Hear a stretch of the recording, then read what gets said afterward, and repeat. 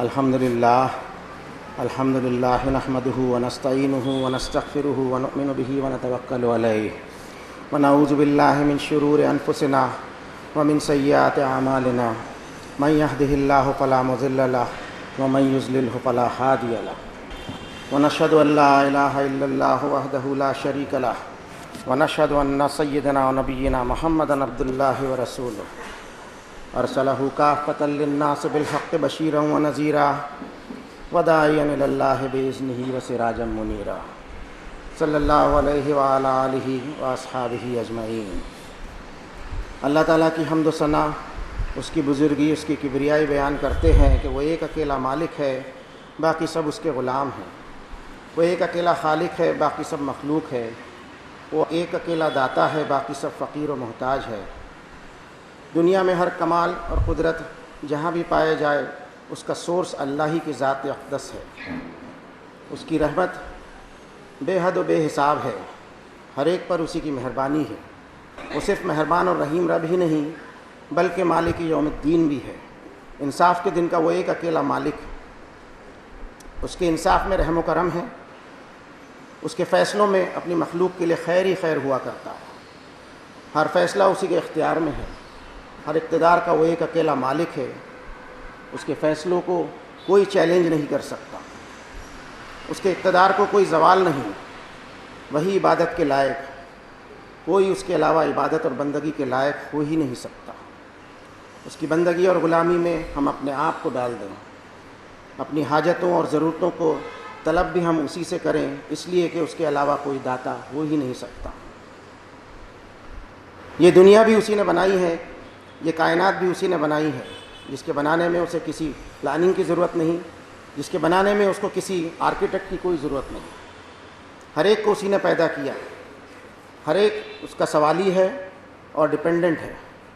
یسبح للہ ما فی السماوات و ما فی الارض، آسمانوں میں ہو چاہے زمین پر ہو، ہر ایک اس کی سبحان بیان کر رہا ہے۔ ہر ایک اسی کی وندنا کر رہا ہے، ہر ایک اسی کی لمٹ لیس گلوری کو بیان کر رہا ہے، اس کی عظیم مہمہ بیان کر رہا ہے، اس لیے کہ لہ الملک و لہ الحمد وہو علی کل شیء قدیر۔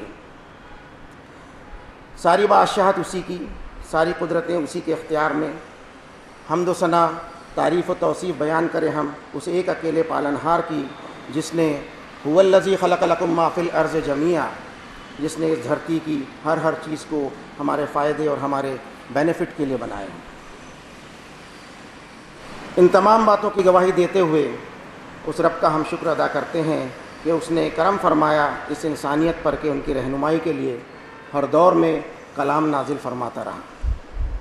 اور فائنلی جناب محمد رسول اللہ صلی اللہ علیہ وسلم پر نیکسٹ ویک سے شروع ہونے والے مہینے رمضان المبارک میں ایسی کتاب نازل فرمائی کہ وہ آج دنیا کے گوشے گوشے میں اویلیبل ہے۔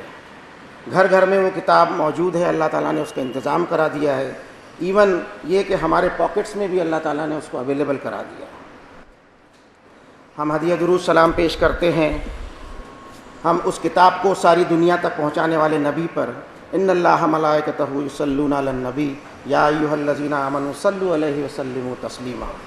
اللہم صل علی محمد عبدک ورسولک النبی الامی الذی جاء بالہدی والفرقان۔ شہر رمضان الذی انزل فیہ القرآن، یہی وہ مہینہ تھا جس میں اللہ تعالیٰ نے قرآن کے نزول کی شروعات فرمائی۔ ھدی للناس وبینات من الھدی والفرقان، یہ وہ کتاب ہے جس میں انسانوں کے لیے ہدایت ہے، اور یہ کتاب تمہیں کیا صحیح کیا غلط بالکل دودھ کا دودھ پانی کا پانی کر کے بتا دے گی۔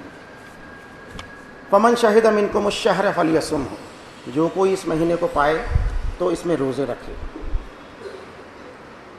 ان روزوں کا مقصد یہ ہے کہ اس مہینے میں قرآن کا نزول شروع ہوا، انسانیت اس کتاب کو زیادہ سے زیادہ اسٹڈی کرے، جن سے انسانوں کو ہدایت ملے، ان میں روحانیت پیدا ہو، ان میں ایک اکیلے مالک کی غلامی کا سلیقہ، ان میں قیامت کے حساب کی جواب دہی کا احساس تازہ رہے، ان کو اس دنیا میں جیون گزارنے کا سلیقہ ہے، ان کی ذہنی ترقی ہو، ان کا انٹلیکچوئل ڈیولپمنٹ ہو، ان میں وزڈم اور حکمت آئے۔ قرآن مجید میں فرمایا کہ وَمَن یُؤْتِ الْحِکْمَةَ فَقَدْ أُوتِیَ خَیْرًا کَثِیرًا، جس کسی کو اللہ نے وزڈم سے نوازا، حکمت سے نوازا، یعنی اسے بھرپور خیر سے نوازا۔ اور اس حکمت کو حاصل کرنے کے خاطر رمضان کے مہینے میں اللہ کی کتاب کا زیادہ سے زیادہ مطالعہ ہونا چاہیے.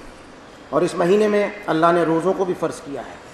فرمایا کہ یا ایھا الذین آمنوا کتب علیکم الصیام کما کتب علی الذین من قبلکم لعلکم تتقون. اے لوگوں جو ایمان لائے، فرض کیے گئے تم پر روزے ویسے ہی جیسے فرض کیے گئے تھے تم سے پہلے والوں پر، تاکہ تم کو تقوی کی بیٹری کو چارج کر سکو، تم پل پل تم اپنے آنے والے فیوچر کی فکر کر سکو، ہر لمحے تم اپنے آپ کو گناہوں سے بچا سکو. اس طرح تم میں تقوی کا سلیقہ آئے. اللہ کا شکر ہے کہ اللہ نے ہمیں زندگی دی اور ہم رمضان کے مبارک مہینے سے فیضیاب ہونے جا رہے ہیں. یوں تو رمضان پہلے بھی آتے تھے، لیکن نزول قرآن کے بعد اس مہینے کی اپنی ایک الگ ہی شان ہے. اس مہینے میں ہمارا کام یہ ہو کہ ہم اپنے آنے والے مستقبل کے لیے آج فکر مند ہو جائیں. ٹھیک اسی طرح جیسے کہ ہم روزے میں تمام حلال چیزوں کے باوجود اپنے آپ کو صبح سے شام تک روکے رکھتے ہیں، روزہ پورا کرتے ہوئے صرف اپنے رب کے آرڈر پر. کاش کہ ہم اپنی روزانہ کی زندگی کو بھی اس طرح گناہوں سے بچاتے ہوئے اپنے آپ کو جہنم کی آگ سے بچانے کی کوشش کریں، اپنے رب کو راضی کرنے کے خاطر، اپنی مغفرت کے خاطر، اس لیے کہ مغفرت کے بغیر جنت حاصل ہو ہی نہیں سکتی. سورہ البقرہ کی اس آیت میں ہمیں یہ بات معلوم ہوئی کہ ہم سے پہلے جو امتیں گزری ان پر بھی ہمارے مالک نے، ہمارے خالق نے روزے فرض کیے تھے. اب یہ کہ وہ روزے کیسے رکھتے تھے، کتنے رکھتے تھے، کب سحری کرتے تھے، کب افطار کرتے تھے، اس بحث میں ہم نہ پڑیں، اس کے مقصد کی طرف ہم توجہ کریں. اس لیے کہ رب تعالیٰ نے صرف اتنا فرمایا کہ میں نے ان پر بھی روزے فرض کر دیے تھے، لیکن وہ کتنے تھے اور کس طرح ان سے رکھوائے جاتے تھے اس کے بارے میں کتاب اللہ کی آیتوں میں کچھ بھی بیان نہیں کیا گیا. ہاں یہ ضرور بیان کیا گیا ہے کہ ان روزوں کے ذریعے تم میں تقویٰ لانا مقصد ہے. اس مقصد کے لیے ہم پر ہمارے رب نے روزے فرض کیے. انسان عبد ہے یعنی بندہ پیدا کیا گیا، اور عبدیت یعنی بندگی اس کی عین فطرت ہے. ہر مومن کو اپنی زندگی کے ہر معاملے میں ہمیشہ ہر وقت یہ دیکھنا چاہیے کہ اللہ کی رضا اور خوشنودی کس چیز میں ہے، اور اس کا غضب، اس کی ناراضی کس چیز میں ہے. کن کاموں کے کرنے سے ہمارا رب ہم سے راضی ہو جائے گا اور کن کاموں سے کرنے سے ہمارا رب ناراض ہو جائے گا. پھر جس طرف اللہ کی رضا ہو اس طرف جانا چاہیے، اور جن کاموں کے کرنے سے ہمارا رب ہم سے ناراض ہو جائے ان سے یوں بچنا چاہیے جس طرح آگ سے بچا جاتا ہے. اور اسی کی پریکٹس کروائی جاتی ہے ہم سے رمضان کے مہینے میں. رمضان کے تعلق سے جو آیتیں قرآن مجید میں آئی ہیں ان میں آگے فرمایا کہ ایام معدودات فمن کان منکم مریضا او علی سفر فعدۃ من ایام اخر.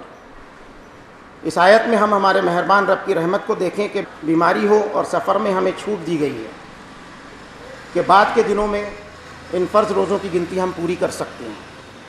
اور وعلی الذین یطیقونہ فدیۃ طعام مسکین، جو لوگ مرض کی شدت یا سفر کی وجہ سے روزہ نہیں رکھ سکتے تو ان دنوں میں کم سے کم ایک مسکین کو کھانا کھلائیں، اس لیے کہ اس شکرانے کے مہینے کا کچھ تو حق ادا کر سکیں اور اس مہینے کی عظمت کا احساس بھی رہے.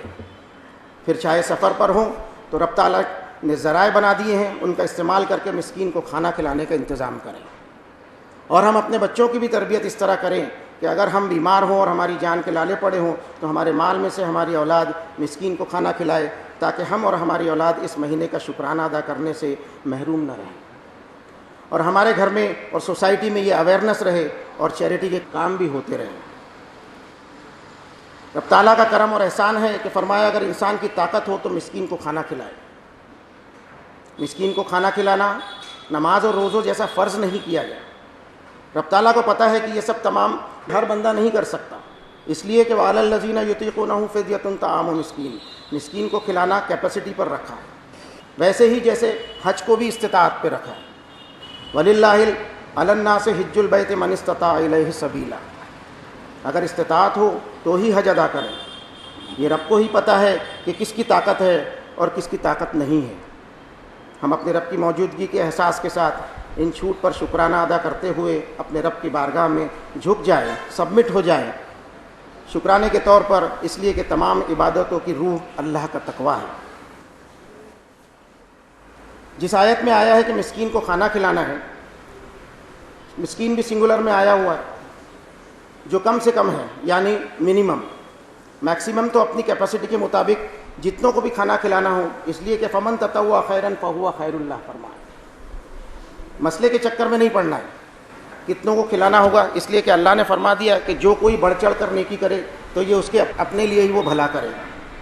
وَأَن تَصُومُوا خَيْرٌ لَكُمْ إِن كُنتُمْ تَعْلَمُونَ، اور اگر تم روزہ رکھو یہی بہتر ہے تمہارے لیے اگر تم کچھ جانکاری رکھتے ہو. ہم معمولی بیماری اور آسان سفر میں روزے نہ چھوڑیں. رب تعالیٰ فرماتے ہیں کہ روزے رکھا کرو، اسی میں خیر ہے.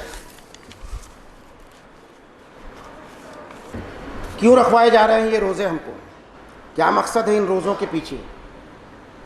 روزوں کے بہت سارے معنی ہوتے ہیں. روزہ جنرلی ظاہری طور پر صبح سے شام تک ایک مقرر وقت تک بھوکے پیاسے رہنے کے مطلب میں لیا جاتا ہے، جو ظاہری پرہیز علامتی اور سمبولک پرہیز ہے. لیکن اس کے روحانی مطلب اگر لیے جائیں تو سارے undesirable activities, every amoral conduct and behaviour, تمام گناہوں سے اور منمانی سے پرہیز کے ہوتے ہیں. روزے ایک ذمہ داری والا جیون جینے کی تربیت دیتے ہیں. روزے اس بات کا بھی سبق دیتے ہیں کہ ہماری منمانی کو، ہماری خواہشات کو ہم اپنے آپ پر غلبہ حاصل کرنے نہیں دیں گے، ہمارے ڈیزائرز کو ہم پر ڈومینیٹ کرنے کی اجازت نہیں دیں گے، بلکہ تلک حدود اللہ فلا تعتدوها، ان حدوں کو، ان باؤنڈریز کو، ان سیماؤں کی حفاظت کریں گے جو اللہ نے حکم دیا ہے، اور ان کمانڈز کو فالو کریں گے، ان پرنسپلز کو اور احکامات پر عمل کریں گے جو اللہ نے اپنی اس کتاب میں بتائے ہیں، جس کے نزول کی شروعات اللہ تعالیٰ نیکسٹ ویک جو مہینہ شروع ہو رہا ہے اس میں کرنے والے ہیں. ہم سب جانتے ہیں کہ چاند کے 9 مہینے کا پہلا چاند جب دکھائی دیتا ہے تو رمضان کی شروعات ہوتی ہے. سنتوں پر عمل کے بہت دعوے ہم کیا کرتے ہیں، لیکن ہم میں سے بہت سارے لوگوں کو یہ نہیں معلوم کہ اس مہینے کا چاند دیکھنے پر رسول اللہ صلی اللہ علیہ وسلم کی کیا سنت ہے. رمضان المبارک کا چاند دیکھتے ہوئے رسول اللہ صلی اللہ علیہ وسلم نے دعا کی، یا اللہ اس مہینے کو ہمارے لیے پیس اینڈ سبمیشن والا، فرما برداری والا اور امن و شانتی والا بنا دیجیے. رسول اللہ صلی اللہ علیہ وسلم کی یہ دعا جو حدیث شریف میں آئی ہے، یہ مومنوں کا اللہ سے ایک وعدہ ہے کہ صرف یہ مہینہ ہی نہیں بلکہ ان کی ساری زندگی امن و شانتی والی اور فرما برداری والی ہوگی. ان کی زندگی میں کوئی ماردھاڑ یا قتل و غارت انگیزی نہیں ہوگی. ان کی زندگی میں انسانی جان کا احترام اور ادب ہوگا. لیکن افسوس کی بات یہ ہے کہ ہم نے بطور امت اس بات کی قسم کھا لی ہے کہ جہاں ہم رہیں گے وہاں امن و شانتی نہیں رہے گی. اسلام کے نام پر اپنا اقتدار حاصل کرنے کے خاطر ہم ڈسٹربنس کو پھیلاتے رہتے ہیں، اور ہماری یہ حرکت اس دنیا میں ایسی دکھائی دیتی ہے جیسے ہم نے ایک اجتماعی خودکشی، ایک کلیکٹیو سوسائڈ اور ساماجک آتم ہتیا کی ٹھان لی. ساری دنیا ہمارا یہ تماشا دیکھ رہی ہے کہ یہ وہ قوم ہے جو ایک دوسرے کو سلام تو کرتی ہے، ایک دوسرے سے امن و امان کا وعدہ تو کرتی ہے، اور یہی وہ قوم ہے جس کے اندر اسلام کے نام پر سب سے زیادہ بد امنی اور خون خرابہ ہے. اور ساری دنیا اپنے دانتوں تلے انگلی دبائے سوچ رہی ہے کہ اسلام میں اتنی منافقت کہاں سے آ گئی، جبکہ اللہ کی کتاب کہتی ہے وَلَا تَقُولُوا لِمَنْ أَلْقَىٰ إِلَيْكُمُ السَّلَامَ لَسْتَ مُؤْمِنًا، جس کسی نے تم پر سلام پیش کیا تو اس کے بارے میں کبھی بھی یہ نہ سوچنا کہ مومن نہیں ہے. اللہ تعالیٰ نے تو ہمارے لیے آسانی فرمائی ہے اور ہم ساری دنیا کے لیے مشکل بنتے چلے جا رہے ہیں. یرید اللہ بکم اليسر ولا یرید بکم العسر، اللہ تمہارے ساتھ میں آسانی چاہتا ہے، وہ تمہیں کسی پریشانی میں، کسی تکلیف میں ڈالنا نہیں چاہتا. وَلِتُكْمِلُوا الْعِدَّةَ وَلِتُكَبِّرُوا اللَّهَ عَلَىٰ مَا هَدَاكُمْ وَلَعَلَّكُمْ تَشْكُرُونَ، اور پھر اس طرح سے تم اس گنتی کو پورا کرتے ہوئے اللہ کی تکبیر بیان کرو، اللہ اکبر اللہ اکبر اللہ اکبر، لا الہ الا اللہ واللہ اکبر اللہ اکبر وللہ الحمد. اس تکبیر کو بیان کر کے تمہارا تکبر ٹوٹے، تمہاری اکڑ ٹوٹے، تم میں نرمی آئے، تمہارے دل پگھلیں. تکبیر بیان کرنے میں عام طور پر ایسا سوچا جاتا ہے کہ اللہ کی تکبیر اس طرح بیان ہونی چاہیے کہ پہاڑ اور پتھر اور چٹانیں ہل جائیں. کوئی ضرورت نہیں ہے اس کی، یہ پہاڑ اور چٹانوں کو ہلانے کی کوئی ضرورت نہیں ہے، یہ سب ہمارے دلوں سے بھی زیادہ نرم ہیں. ضرورت ہے کہ ہم ہمارے دلوں میں نرمی لائیں. فرمایا کہ ثم قست قلوبکم من بعد ذلک فہی کالحجارۃ او اشد قسوہ، تمہارے دل پتھروں سے زیادہ سخت ہو گئے، انسانی ہمدردی تمہارے دلوں سے غائب ہو گئی. اللہ تعالیٰ سے اس رمضان میں ہم دعا کریں کہ یا اللہ ہم میں جو شیطانی حرکتیں گھسی ہوئی ہیں اس کو کچلنے کی ہمیں توفیق دیجیے۔ آپ کی بریائی والے ہیں رب، آپ مہربان اور رحیم رب ہیں۔ آپ نے ایسی کتاب نازل فرما دی جو ہماری دنیا اور آخرت دونوں کو سنوار سکتی ہے۔ اس کو پا کر ہم میں آپ کا شکر ادا کرنے کا اور آپ کی گریٹفلنس کا جذبہ پیدا ہو۔ اور اللہ آپ نے اپنی کتاب میں جو فرمایا کہ وَاتَّقُوا فِتْنَةً لَا تُصِيبَنَّ الَّذِينَ ظَلَمُوا مِنكُمْ خَاصَّةً وَاعْلَمُوا أَنَّ اللَّهَ شَدِيدُ الْعِقَابِ، یا اللہ آپ نے فرمایا کہ آپ کی پکڑ انتہائی سخت ہے کہ اس فتنے سے بچنے کی کوشش کرو جو صرف ان لوگوں کو ہی لپیٹے میں نہیں لے گا جو ظالم ہیں، بلکہ سارے کے سارے لوگ اس کی چپیٹ میں آ جائیں گے۔